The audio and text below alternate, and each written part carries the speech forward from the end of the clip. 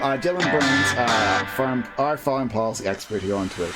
I'm curious if you have an opinion on all this thing. I mean, like, the Kim family are 100% legitimate. I mean, they're the greatest. They're wonderful. I love terrorist attacks and concentration camps. They're great. It's wonderful. I love terrorist states. They're wonderful. I love it when my leadership pumps planes on the way to the Olympics full of bombs and kills over 200 people in an act to fuck with other nations' elections, and that's perfectly legitimate. Now, you can say that's all fake, but the people who did it admitted to it, right? So, number one, it's a terrorist state, right? And when you come to the Kim family, they're a family with concentration. No. I'm not going to let you get off on that. So, okay. By your definition, you're going to deny it? Right? By your definition, I'm sorry. By your definitions, right? Then what would that make America then? If what terrorist attack did it do? Dylan, you just need to read theory. What terrorist attack? So you're 9/11. Am I right? No. Okay, wait. So let me ask you a question. What time did America go out and kill civilians for the strategic objective of killing civilians as the personal reason? I can think of a few which touches that line. You want to know what I would think of? I think of. You remember what Madeleine Albright said back in the 90s about the sanctions in Iraq? Oh, I know about that. I did a paper on that. I know how that's all bullshit, too. It was going to guarantee kill 500,000 children, which it did. Okay, you think it did. I actually know a lot about this. I've read every single fucking British medical report on those sanctions. And you want to know what? Oh, never mind. He didn't leave. Go on.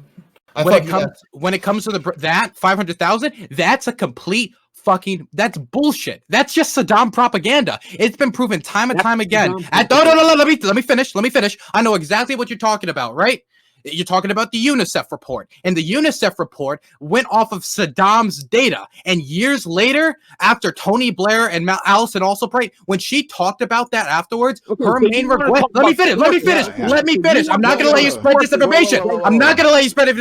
Let me finish. Okay, hold on. You're spreading truth. I spread disinformation. Let me finish. Fucking hell. You won't let me finish.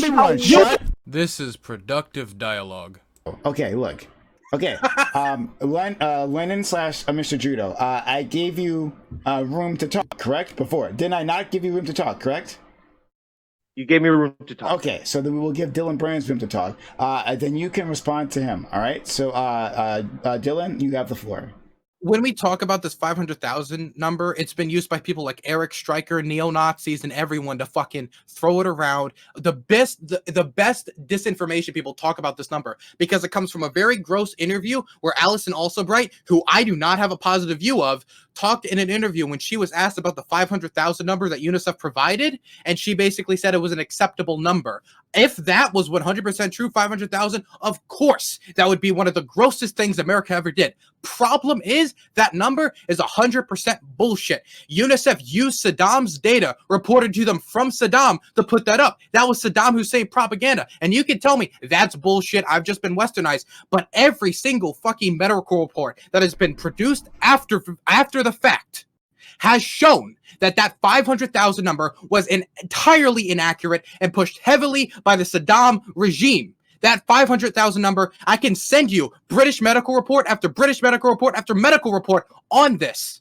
And not only is it complete bullshit on that, but if I remember correctly, I'd have to go back and check the exact report. But when you actually look at the amount of childhood fatality, and the 500,000 number is 500,000 children under the age of 5 died due to our sanctions, which on its face is a ridiculous number. That would mean we've killed that in the war in Yemen, the entirety of the war in Yemen, less people have died than under a few years of sanctions in Iraq, which would be physically impossible unless we literally destroyed every single food store in the country. On top of that, the final point I'd like to make here is that if I remember correctly, after going through the data perfectly and going through the data of other countries in the region at the same time, it was statistically the average of the region at the time when you talk about childhood fatality, Iraq was. So that number is a complete lie, and you pushing it, knowing well it's a fucking lie, shows you came here to lie and spread disinformation.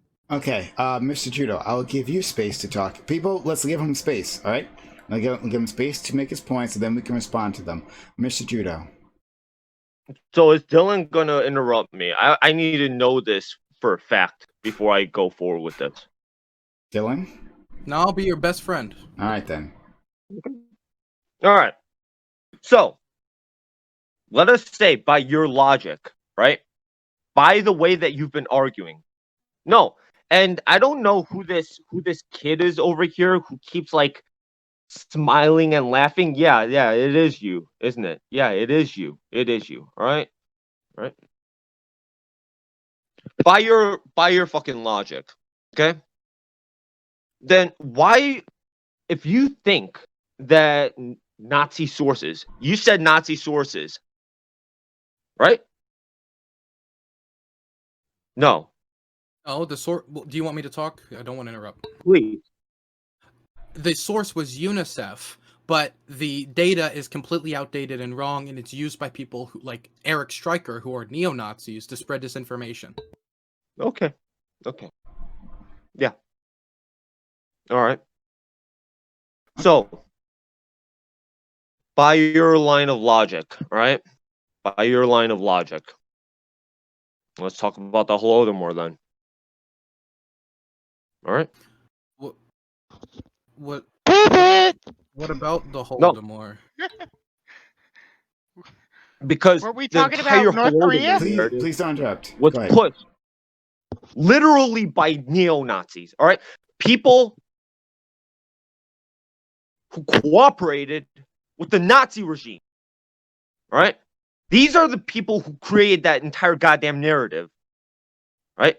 It wasn't Like what accepted narrative? as legitimate history up until the 90s. Right? Clarifying question: what narrative? What narrative are you talking about? I'm talking about Holodomor. The entire notion Continue. that fucking Stalin and the USSR intentionally starved out Ukrainians, right? Okay? This is narrative that's literally pushed by fascists. Fascists that that currently control the entire Ukrainian country right now, right?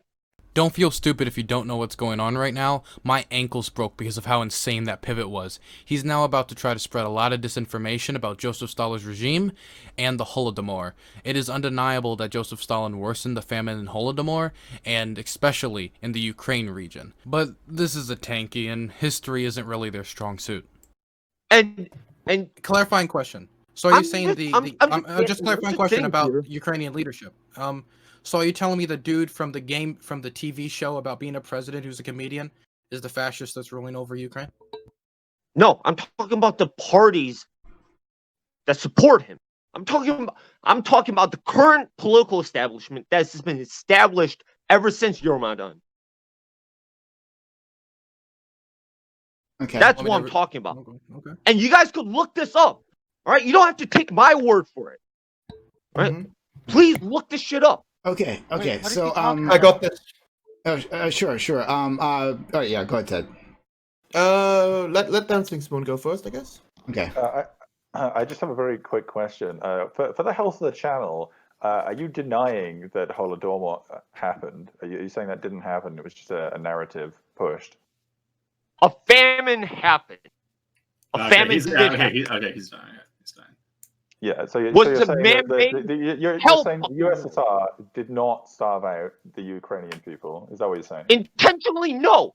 All right, let's look at what occurred. Yeah, this is this is literally genocide denial. Okay, listen. I think that's probably the end of him. So you already no. So see, this is the thing about it, right? So the reason why I brought up fucking Iraq was specifically for this reason, right? I was hoping that this guy would go along this line of reasoning, all right? So he went along this line of reasoning, right? Saying, oh, like, these are narratives, right? But I have sources back them up. And guess who's pushing these certain narratives? Neo-fascists. The CIA! Right? So, okay, fine. By using your logic, right? Let's go back and look at what the situation was in Ukraine at the time, all right? Let's look at the situation in the U.S.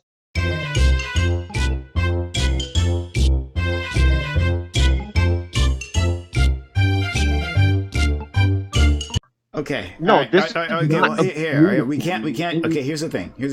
Okay, we can't be doing genocide denial in this chat. Now, I know you disagree with this, right? And because this isn't something like the Holocaust, honestly. And I'm look. Here's what I'm gonna say. Here's what I'm gonna say. Okay, and listen to me. Move past this point. I will allow you to keep going, but you need to move past this point. We can't go any farther. I don't care if you think you have a good point on it. Move past it. We were talking about North Korea. Move to North Korea. Move past this right now. Don't bring it up again, or we'll have to ban you. Okay? 2 seconds later. You guys want to talk about genocide? I All right. really don't want to talk about What did the genocide. US I just Oh my god! that was the opposite of what I just said. 12 seconds later. You guys don't want to talk about genocide in terms of whether or not the Holodomor was a genocide, right? You guys don't want to do that.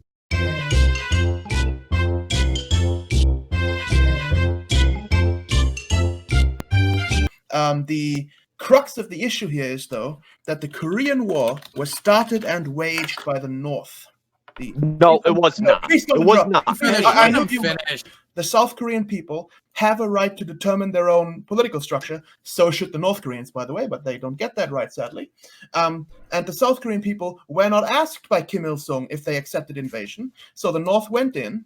The North almost defeated the South. The coalition came back in, almost defeated the North. China came in, and it came to a stalemate, right? Lennon, go ahead. Judo? Like, I don't even know at this point why I'm continuing on with this, because it's pretty obvious that nothing that I'm going to say, you guys are going to actually listen to. You guys aren't going to listen at all. So I don't even know. You know what? Forget this, right? You guys aren't going to listen, all right? Easy, W. Just one point. The Bodo League massacre was a real thing of killing suspected communists that were sympathizing with the North and South Korea, but it happened after the beginning of the Korean War. You can't use it. You can't use it as a justification for the Korean War. No, it was a civil war, all right? And it was a reclaiming of legitimate territory, all right? It was a reclaiming of the Korean country, all right? The Korean nation, all right? Against American imperialism. That's what it was. Because the Korean government was a puppet government. Okay. Right? Okay. I already told you. All right. I already told you that that's not a legitimate government. The current government in South Korea is American puppet. All right. But how does it stand now? Do you defend it now? Or I think you just said the current government is the American puppet. I don't know. But do you defend North Korea as it stands right now? Puppet. Sorry. Yes. Okay. I absolutely do. Okay. And the reason for that. Go ahead. And the reason for that is because it is a government that's pretty much put under the sort of sanctions that Cuba's been put under, right? Pretty much its entire existence, all right? The sanctions have gotten worse, progressively worse over time, but there have been sanctions put in place since the beginning, all right, to impede development in the country. Why? What do you mean, why? Why? For the same reason. Okay, I know you guys said that you guys don't want to litigate the entire Holodomor thing. All right, cool. I won't go back to that. I promise. Okay. All right. A few moments later. In the 30s, all right, while the famine was going on, the British, the Americans refused to accept gold as payment for. Okay, all right. Yeah, so we're going back to the main topic, Mr. Judo. Why are we still why do you allow for discussion of DPRK as not being a genocide then, right? So casually. I did Because it wasn't. Okay, so You can't deny genocides that went a thing. Of course it wasn't for you, right? Because you get to determine what is and isn't here's genocide. The problem. Right? Here's the problem. I cannot determine what it is because I don't know the history enough. So I'm not talking about you. I'm talking about Dylan over here, right? I'm talking about Smugface over here. North Korea invaded South Korea because they're strategic. No, it didn't. This Yes, it did. this Okay. I don't care what you have to say at this point. Oh, shit. North Korea. I'm Okay. going to talk about actual history for a second. All right. North Korea invaded South Korea, or the DPRK, or the True Korea, whatever the hell you want me to call it, because of not invaded. They moved the True People's Korean Army into the South to push out the American imperialist invaders who are here to rape Korea. They pushed them out. Right? They pushed those troops down there. And the reason they put those troops down there was because of a speech by Dean Acheson. And Dean Acheson, who was the Secretary of State of the United States at the time, made a speech basically where he talked about America's defensive sphere in Korea and in Asia broadly. And Korea was not included in that speech. And so for whatever reason, Mao and Stalin and the Kim family looked at that and was like, that's pretty interesting. It was one of the deciding factors into the idea of them actually putting troops over the line and moving into the South. Now, when we talk about this, and it's really strange, and I will actually talk about American war crimes. I think the fact that Bill Clinton never shot down and pissed on No Gun Ri, which was one of the worst American war crimes that we did in Korea, or all the other things of how we treated Korean refugees because we were so fucking yikesy about the idea of North Korean infiltrators being everywhere, so we just had to mow down refugees and there being specific orders about the treatment of refugees. I'll piss on that, but I'll also piss on North Korea on how they treated going past at anybody who was sympathetic to the South Korean government and abusing them and making them go around town, and they also having execution squads and killing civilians, right? When we talk about the Korean War, it was a bloody, deadly, horrible war, and everybody committed war crimes. It was a disgusting war. And the only thing I could say comparable to it, to closer to a human history, would be the Yugoslav Civil War, where there was crimes on all sides, and you could certainly say that certain sides committed more crimes than others, but you got to look on that and say, oh my God, what a disgusting, brutal war. But when we talk about the legitimacy of government, it's really funny, this idea that, well, you see, South Korea is an American puppet. I mean, 91% of South Koreans want American troops to be there.